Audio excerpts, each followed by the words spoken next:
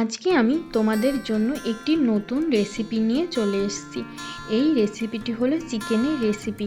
এই চিকেনের রেসিপিটি করার জন্য প্রথমে ভালোভাবে চিকেনটাকে ভালো করে ধুয়ে নিতে হবে। এটি খুবই সুস্বাদু একটি রেসিপি, একদম অন্যরকমভাবে আমি রান্না করেছি। এই রেসিপিটি তৈরি করার জন্য প্রথমে কড়াইয়ের মধ্যে সরষের তেল দিয়ে দিতে হবে, তারপর চিকেনগুলিকে দিয়ে দিতে হবে, দিয়ে ভালো করে চিকেনটাকে নেড়ে চেড়ে ভেজে নিতে হবে।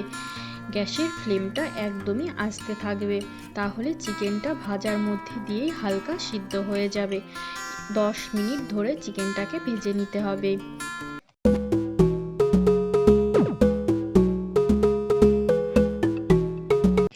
চিকেনটা ভাজা হয়ে গেলে চিকেনটা নামিয়ে রাখতে হবে। তারপরে তেলের মধ্যে দিয়ে দিতে হবে টমেটো, পেঁয়াজ কুচি, রসুন কুচি, তেজপাতা এবং গোটা জিরে, শুকনো লঙ্কা সব একসাথে দিয়ে ভেজে নিতে হবে। 5 মিনিট ধরে লাল লাল করে ভেজে নিতে হবে।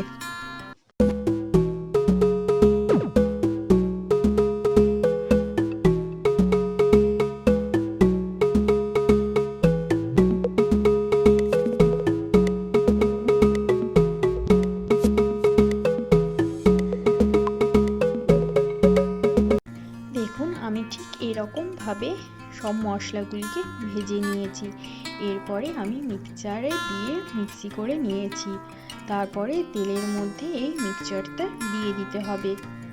এরপরে দিয়ে দিতে হবে 1 চামচ লবণ এবং 1 চামচ হলুদ এবং শুকনো লঙ্কার গুঁড়ো।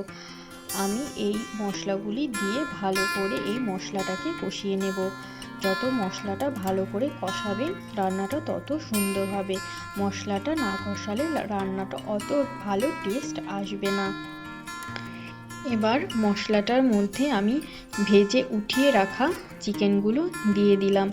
এবার একটু হালকা নেড়ে চেড়ে মশলাগুলোর সাথে মাখিয়ে নেব। তারপরে আমি একটু দিয়ে দেব টক দই। আমি 2 থেকে 3 টেবিল চামচ মতো টক দই এখানে অ্যাড করে দিয়েছি।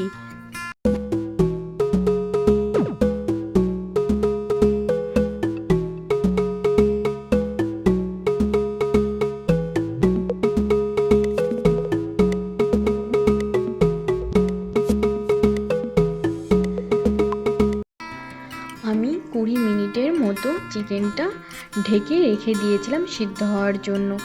এবার চিকেনটা থেকে ঢাকনাটা সরিয়ে নিলাম। দেখুন, চিকেনটা থেকে তেলগুলো বেরিয়ে এসেছে। আমার চিকেন রান্না প্রায় কমপ্লিট হয়ে এসেছে। আমি আগেই যেহেতু চিকেনটা ভেজে নিয়েছিলাম, সেহেতু আমি 15 মিনিট মতো চিকেনটা ঢেকে রাখার কারণে আমার চিকেনটা খুব ভালোভাবে সিদ্ধ হয়ে গিয়েছে। এবার চিকেনটা নামানোর আগে আমি একটু গরম মশলার গুঁড়ো দিয়ে দেব। আমার রেসিপিটি ভালো লাগলে অবশ্যই লাইক করবেন, কমেন্ট করবেন এবং সাবস্ক্রাইব করে যেতে একদম ভুলবেন না, যাতে পরবর্তী ভিডিওর নোটিফিকেশান আগে আপনার কাছে পৌঁছে যায়।